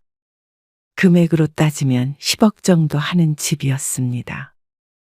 그렇게 결혼을 시키고 그에 따른 비용도 전부 신 씨가 냈습니다. 결혼식이 끝난 뒤에는 신 씨 부부 앞으로 온 축의금도 상당했습니다. 특히 남편이 사업을 하다 보니 양가 온 가족을 통틀어서 비교할 수 없는 금액이 들어왔죠. 그것조차 남편은 아들의 결혼 선물로 주자며 다 보내주었습니다. 이 정도면 아들 며느리 고생 안 하고 충분히 살 수 있을 것이라고 생각했습니다. 딸은 결혼한 지 몇 년 됐지만 아직 아이가 없어서 며느리 뱃속에 있는 아이가 신씨 부부에게는 첫 손주였습니다. 그러니 한편으로는 새로운 가족이 생긴 것에 설레기도 했습니다. 그런데 아들은 걱정이 많아 보였습니다. 당장 애가 생긴다고 생각하니까 걱정돼요. 맞벌이도 아니니까. 아들의 말에 남편은 월급을 올려주겠다고 했습니다. 외벌이로도 충분히 살 수 있는 만큼이었습니다. 신씨 부부는 아들이 자리를 잡을 수 있도록 물심양면 지원을 아끼지 않았습니다. 하지만 그럼에도 불구하고 아들과는 점점 멀어지는 기분이 들었습니다. 어쩌죠? 이번에 못 갈 것 같아요. 호연이가 배가 뭉친다고 해서요. 정말? 괜찮대? 좀 쉬어야 할 것 같은데, 저도 곁에 있어야 할 것 같아서요. 아들이 결혼한 뒤 첫 명절이었습니다. 그런데 며느리의 건강상 문제로 올 수 없다는 아들의 말에 신 씨는 며느리가 걱정되었습니다. 홀몸도 아닌데 그럼 쉬어야지. 너도 집에서 푹 쉬어. 네. 안 그래도 장모님이 오셔서 좀 돌봐주신대요. 그러면서 명절 내내 사돈네가 와 있는다고 했습니다. 그래? 몸조리 잘 하라고 그래. 네. 그리고 명절 아침에 전화는 없었습니다. 당신이 전화 한번 해봐. 몸은 좀 괜찮은지. 그럴까? 점심이 지나면 딸이 오기로 되어 있었는데 그걸 기다리면서 신 씨가 며느리에게 처음으로 전화를 걸어봤습니다. 몸은 좀 괜찮니? 아, 네. 배가 아픈 거야? 아픈 건 아니고요. 그럼 다행이고. 그래도 명절인데 맛있는 것도 먹고 그래. 네. 그러고서는 침묵이 흘렀습니다. 어색한 분위기에 신 씨도 혼자 떠들다 말을 멈췄습니다. 그래, 그러면 이만 끊을게. 며느리와 가까워질 기회가 많이 없었기에 그렇다고 생각했습니다. 그렇지만 너무 불편한 기색을 보이기에 신 씨도 며느리에게는 전화를 자제하게 되었습니다. 안부도 아들을 통해서 전했습니다. 그리고 임산부에게 좋다는 음식이나 영양제가 있다면 택배로 보냈습니다. 며느리 출산 전에 신 씨의 생일이었는데 그때도 며느리는 부르지 않았습니다. 물론 사위도 빼고 아들과 딸만 불러서 넷이서 식사를 함께 했죠. 김서방이 같이 오자고 하던데? 딸의 말에 신 씨가 손을 내저었습니다. 아이고 됐어. 김서방 바쁜 거 뻔히 아는데 뭘. 다음에 명절 때나 오면 되지 뭐. 사위나 며느리가 불편할까봐 그렇기도 했고 신 씨도 가끔은 이렇게 아들, 딸과 오붓하게 시간을 보내고 싶기도 했습니다. 며느리나 사위가 불편해하는 만큼 신 씨 부부도 그리 편하지만은 않았기 때문이었죠. 나는 시댁에 행사 있으면 꼬박꼬박 간단 말이야. 딸은 사돈네에 한 달에 2번은 간다면서 푸념했습니다. 신 씨가 며느리와 사위에게 간섭하지 않으려는 이유도 딸 때문이 컸습니다. 딸이 힘들어하는 것을 알기에 신 씨 부부는 그렇지 않기 위해 노력했습니다. 식사 도중에 사위에게서 전화가 왔습니다. 생일 축하한다며 선물은 딸을 통해서 보내겠다고 했습니다. 그리고 며느리로부터는 어떤 연락도 없었죠. 그리고 얼마 안 있어서 신 씨 부부에게는 첫 손주가 생겼습니다. 요즘 호연이가 밤에 잠도 못 자고 힘들어해요. 산후조리원에서 나온 지 얼마 안 돼서 며느리가 아이 때문에 고생을 하고 있는 듯 했습니다. 아직 100일이 되지 않아서 아들네에 가보진 못했는데 며느리가 딱 했습니다. 그러면 엄마가 가서 좀 도와줄까? 멀지 않은 곳에 있기 때문에 낮에는 신 씨가 충분히 아이를 봐줄 수 있었습니다. 아, 엄마가요? 근데 아들의 반응이 탐탁치 않았습니다. 저도 한 번 물어봤었는데요. 호연이가 그건 원치 않아 해서요. 진작 며느리가 거절한 제안인 듯 했습니다. 아, 힘들다길래? 안사돈이 멀리 사니 도와줄 사람은 신 씨밖에 없을 듯 했습니다. 그게 아니라면 도우미를 고용해야겠죠. 아마 장모님이 오실 것 같아요. 정말? 어떻게? 애가 어느 정도 클 때까지 여기서 사실 것 같아요. 뜻밖의 소식에 신 씨가 잠시 놀랐습니다. 그런데 이내 고개를 끄덕였죠. 그래. 아무래도 친정엄마가 낫긴 하겠지? 그리고 얼마 안 있어서 안사돈이 올라왔다고 들었는데 그 뒤로는 한참 아들네에게서 소식이 없었습니다. 100일이 지나면 한 번쯤 초대를 해줄 줄 알았는데 말이죠. 신 씨도 남편도 눈이 빠져라 기다렸습니다. 시간이 조금 흘러 참지 못한 남편이 애기 한번 보자고 하자 아들이 신 씨 부부를 초대했습니다. 그리고 찾아간 아들네 집에는 안사돈이 있었죠. 아주 오래 있을 생각인지 작은 방 하나는 안사돈의 방으로 꾸며져 있었습니다. 화장대와 침대까지 있었고 누가 보아도 합가해서 같이 사는 듯한 모습이었습니다. 반면에 신 씨는 이 집을 사주었지만 처음으로 와본 곳이었고 말이죠. 그런데 그런 것보다도 서운했던 건 따로 있었습니다. 지금 우유 먹어야 해서요. 손을 씻고 아이를 좀 만져보려고 하는데 그걸 며느리가 막았습니다. 그러니까 안사돈이 얼른 아이를 들고 일어났습니다. 신 씨의 내민 손이 덩그러니 허공에 떠 있어서 민망했습니다.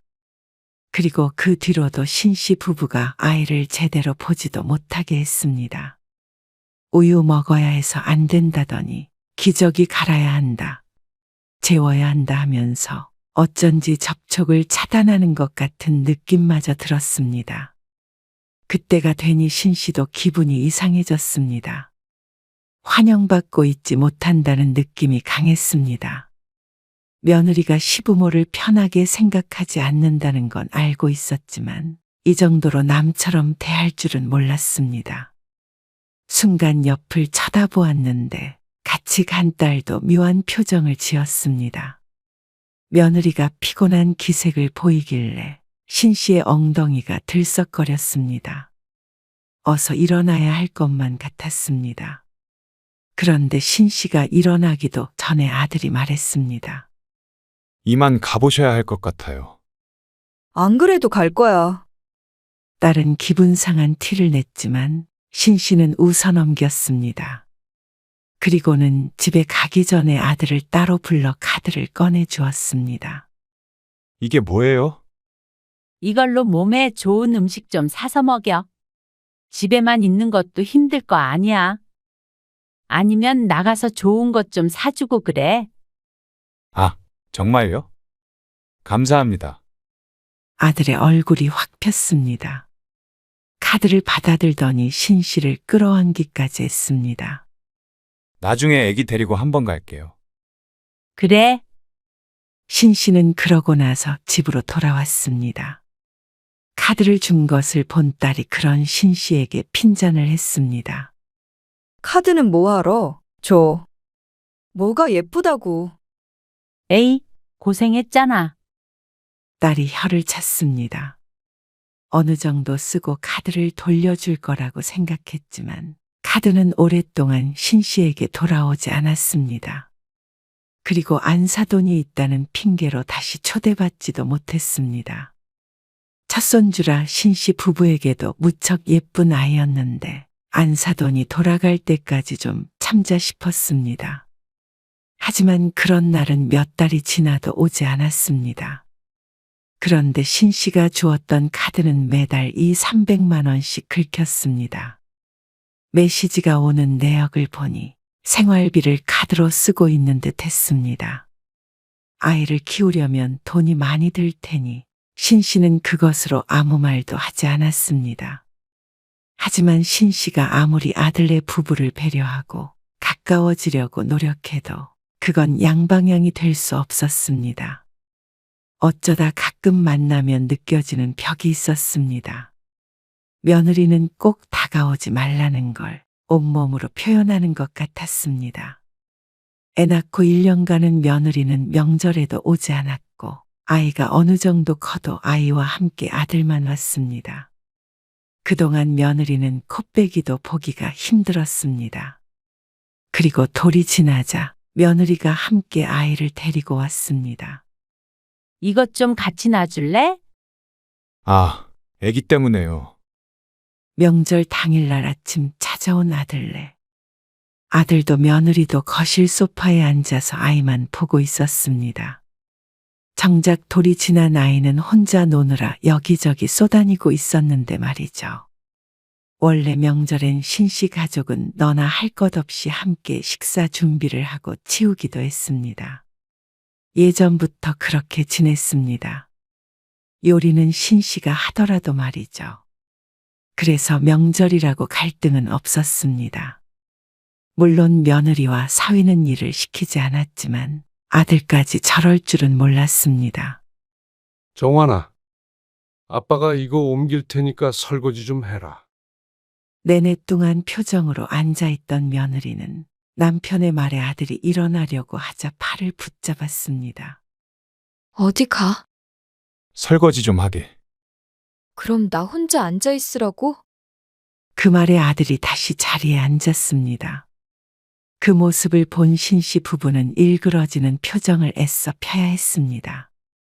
그러고 나서 온 지 2시간도 안 되어 집에 가자고 닥달하는 며느리 때문에 금방 돌아갔죠. 명절에 더 이상 옛날의 화목한 분위기가 나지 않았습니다. 자식이 오면 반가워야 맞는데 가시방석에 앉은 듯 했고 괜히 눈치까지 봐야 했습니다.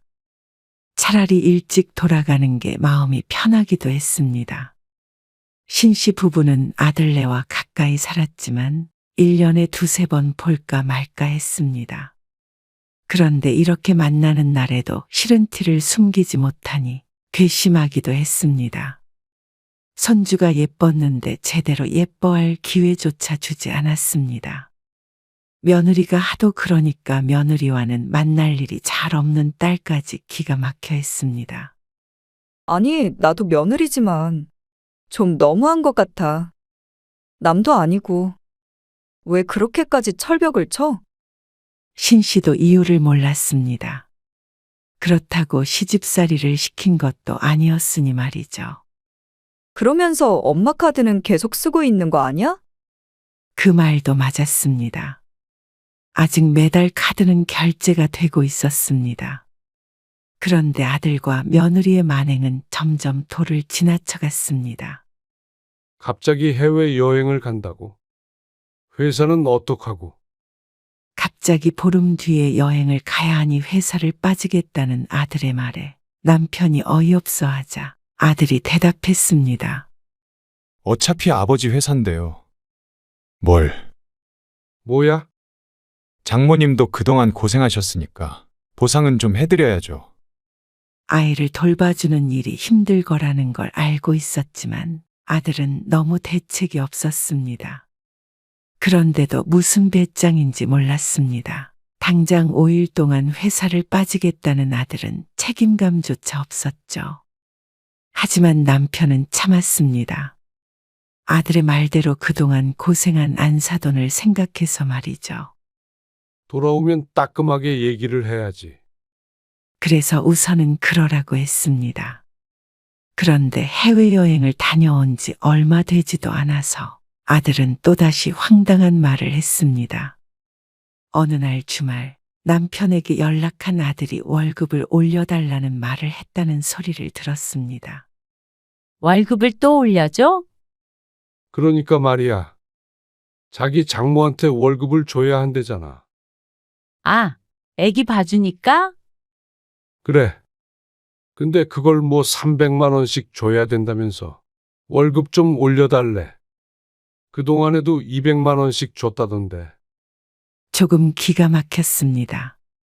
고생했으니 보상을 줘야 한다며 해외여행을 다녀오더니 1년 넘게 월급을 주고 있었던 모양이었습니다. 아들 월급이야 아무리 많아봤자 빤한데 200만 원씩 줬다면 그 돈을 신 씨의 카드로 충당해왔던 것 같았습니다. 정작 신 씨가 애를 봐주겠다고 했을 때는 싫다고 거절했는데 말이죠. 편히 살라고 도와준 것은 맞지만 어쩐지 괘씸했습니다. 며느리는 일도 안 하고 집에 있는데 또 장모까지 불러 월급을 300만 원씩 줘가면서 아이를 돌본다는 게 말이나 되나 싶었습니다. 그러면서 시부모는 병풍처럼 대하고 며느리 역할은 전혀 하기 싫고 말이죠. 신 씨도 남편도 바보가 아니었습니다. 월급은 더 이상 못 올려줘. 또다시 걸려온 연락에 남편이 말하자 아들은 항의했습니다. 외벌이로는 힘들다며 말이죠. 집도 주고 돈도 주고 카드도 줬는데 뭐가 그렇게 부족해서 더 달라는지 몰랐습니다. 아무래도 달라는 걸 다 주며 살았던 것이 화근이었습니다. 하지만 딸도 비슷하게 해줬지만 딸이나 사위는 그러지 않았습니다. 그래서 아들도 그러지 않을 거라고 생각해서 퍼주었던 것이었죠. 그런데 그런 지원은 고마운 게 아니라 당연하다고 생각하는 것 같았습니다. 지금 주는 것도 줄여버리는 수가 있다. 일은 그렇게 책임감 없이 하면서 말이야. 안 그래도 지난번 일 때문에 남편이 벼르고 있던 참이었습니다. 그 말에 아들은 설마 싶은 모양이었습니다. 돌아오는 명절에 와서도 또 그 소리였습니다. 그 얘기는 다 끝났잖냐? 아, 저희 가정 사정도 좀 생각해 주세요. 그냥 직원도 아니고 아들이잖아요. 막무가내로 때를 쓰면 월급이 올라가는 줄 아는 모양이었습니다. 그런데 옆에 앉은 며느리도 표정이 좋지 못했습니다. 평소에도 뚱하던 표정이 지금은 불만이 가득해 보였습니다. 이래놓고는 무슨 부모 자식 타령인지 몰랐죠. 진짜 돈 가지고 이러시는 거 아니에요. 부모 자식 사이에도 이런 건 갑질이에요. 아들의 말에 헛웃음을 지었습니다. 돈 때문이었다면 아들에게 집을 사주지도 않았고 그 정도로 경제적인 지원을 했을 리 없었습니다. 너희는 자식 노릇 며느리 노릇은 죽어도 하기 싫고 부모 덕은 보고 싶다는 거야? 며느리 노릇이요. 무슨 며느리 노릇이요. 며느리 노릇이라는 말에 며느리는 인상이 찌푸려졌고 아들도 따졌습니다. 이렇게 들으니 신 씨가 꼭 며느리 괴롭히는 못된 시부모라도 된 것 같은 기분이었습니다. 요즘에 그런 거 따지는 사람이 어디 있어요. 사실 명절에도 다들 여행이나 다니죠. 이렇게 안 오고. 그러자 옆에 있던 며느리도 고개를 끄덕였습니다. 그래? 그러면 다음부터는 명절에 오지 말어. 그러자 밝아지는 표정을 숨길 수가 없었죠. 신 씨는 애초에 며느리나 사위가 자신들에게 엄청 잘하길 기대하지도 않았습니다. 원하지도 않았고 말이죠. 하지만 그렇다고 이렇게 호구 취급당하는 걸 원하는 사람은 없겠죠. 그리고 신 씨는 휴대폰을 꺼내서 카드 회사에 전화를 했습니다. 바로 그 자리에서 분실 신고를 해버렸습니다. 이제 그 카드 못 쓸 거야. 그러자 아들이 깜짝 놀라 물었습니다. 네? 카드 정지하신 거예요? 그래. 진작에 돌려달라고 했는데 안 줬잖아. 아니, 그 뒤로는 별말 없으셔서 용돈 주신 거잖아요. 그래. 여태 쓴 걸로 부족하다고 하진 않겠지? 그래도 너무하신 거 아니에요? 장모님 생활비도 드려야 하는데 어떻게 다 감당하라는 거예요? 다음 달부터 300만 원씩 드리기로 했단 말이에요. 멀쩡히 애엄마가 있는데 뭐하러 할머니한테 맡기면서 300만 원씩 써? 그렇게 편하게 살고 싶으면 그만큼 대가를 지불해야지. 물론 내 돈 말고 네 돈으로. 그러자 아들의 인상이 험악해졌습니다. 며느리도 기막힌 표정으로 입을 벌리고 있었습니다. 이래도 좋아 저래도 좋아했더니 신 씨가 이렇게 나올 줄은 생각을 못했던 것 같았습니다. 그런데 그 옆에서 남편이 한술 더 뜨며 말했습니다. 그리고 그 집도 빼. 네? 집이요? 그래. 내가 봤을 때 여태 너무 편하게 살아서 너희가 누리는 게 어떤 건지 전혀 모르는 것 같다.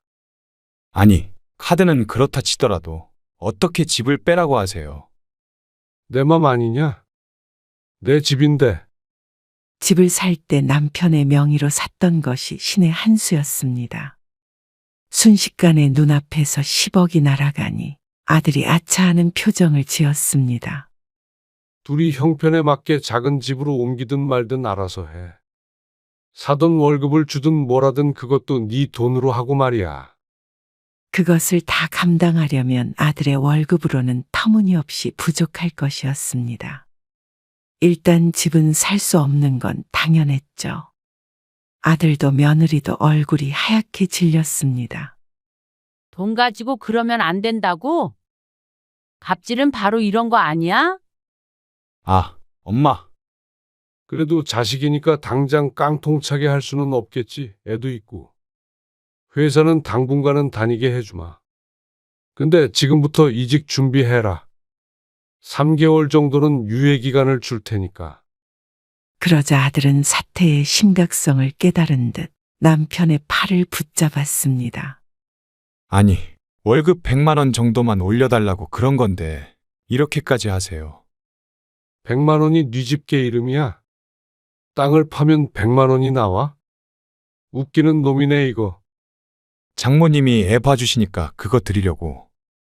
아, 그러니까 300을 주든 400을 주든 네 돈으로 해결해. 그리고 사돈은 보고 싶은 손주 실컷 보시라고 그래. 누구는 보고 싶어도 못 보는 손주니까. 못 보다뇨. 제가 자주 데리고 올게요. 아이고 됐다.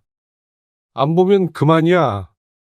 아버님, 그 말에 며느리가 항의 아닌 항의를 했지만 신 씨도 남편도 이미 마음이 떴습니다.